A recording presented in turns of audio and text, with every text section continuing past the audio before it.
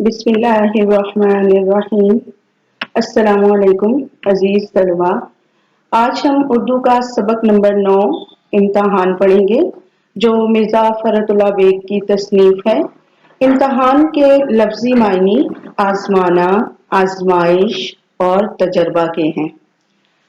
सबक इम्तहान सिन्फ के एतबार से मज़मून या इंशाइया कहलाता है और सबक इम्तहान मज़ामीने फ़रहत से माखूज़ है। सबसे पहले अब हम इसमें मुसन्निफ़ का तारुफ़ देखेंगे कि मिर्ज़ा फ़रतुल्लाह बेग किस किस्म के लिखने वाले थे, उनकी पैदाइश कहाँ हुई, उन्होंने क्या क्या खिदमात सर अंजाम दी। तो मिर्ज़ा फ़रतुल्लाह बेग 1883 में दिल्ली में पैदा हुए और उन्होंने अपनी तालीम मुकम्मल की Saint Stephen's College Delhi BA किया उन्होंने और फिर ज़माना तालिब इल्मी में ही उन्हें ड्रामे और क्रिकेट का शौक पैदा हो चला था।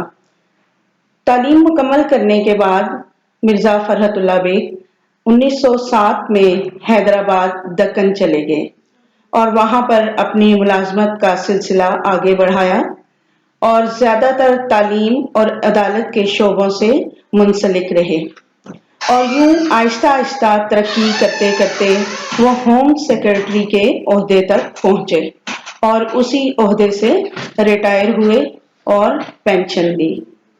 मुसन्निफ होने के साथ साथ मिर्ज़ा फ़रहतुल्लाह बेग एक कादिरुल कलाम शायर भी थे। मेरी शायरी उनके कलाम का इंतखाब है।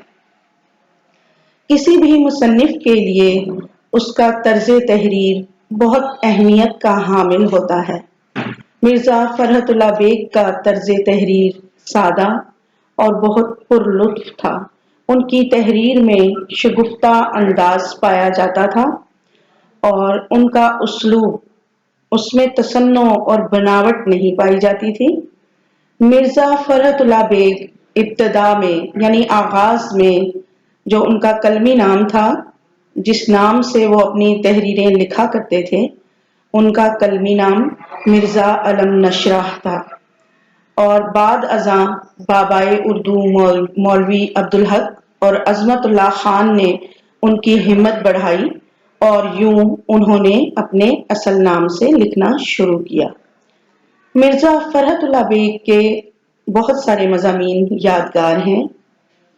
नज़ीर अहमद की कहानी, फूल वालों की सैर, दिल्ली का एक यादगार मुशायरा मिर्ज़ा फ़रहतुल्लाह बेग के यादगार मज़ामीन हैं। उनके मज़ामीन मज़ामीने फ़रहत के नाम से शाया हुए और बहुत अहमियत के हामिल हैं। जैसा कि मैंने आपको बताया कि उनका लिखने का अंदाज बहुत शगुफ्ता था और इसीलिए उनकी तहरीरें बहुत मौसर साबित होती थी क्योंकि वो एक शगुफ्ता अंदाज में हल्के फुल्के मज़ाहिया अंदाज में बहुत सारी बातें कह जाते थे। इसी तरह आपने सबसे पहले मिर्ज़ा फ़रहतुल्लाह बेग का तारुफ अपनी नीट कॉपीज़ पे लिखना है और जैसा कि मैंने आपको मुख्तसर तौर पर लिखकर बताया है और इसे बड़े अच्छे तरीके से आपने याद करना है और मैं उम्मीद करती हूँ कि आपको ये तारुफ समझ में आया होगा और आप बआसानी इसको याद कर पाएंगे।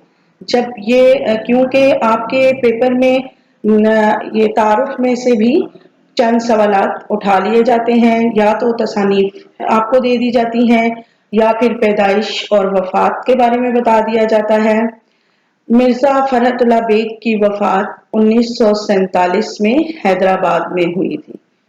तो ये पैदाइश, वफात, तसानीफ, मज़ामीन ये आपने बड़े अच्छे तरीके से याद कर लेने हैं। मैं उम्मीद करूंगी कि आपका कॉपीज पर दिया गया काम बहुत अच्छा नीट होगा और आप इसे बाएहसन तरीके से याद करेंगे। फी अमानिल्लाह।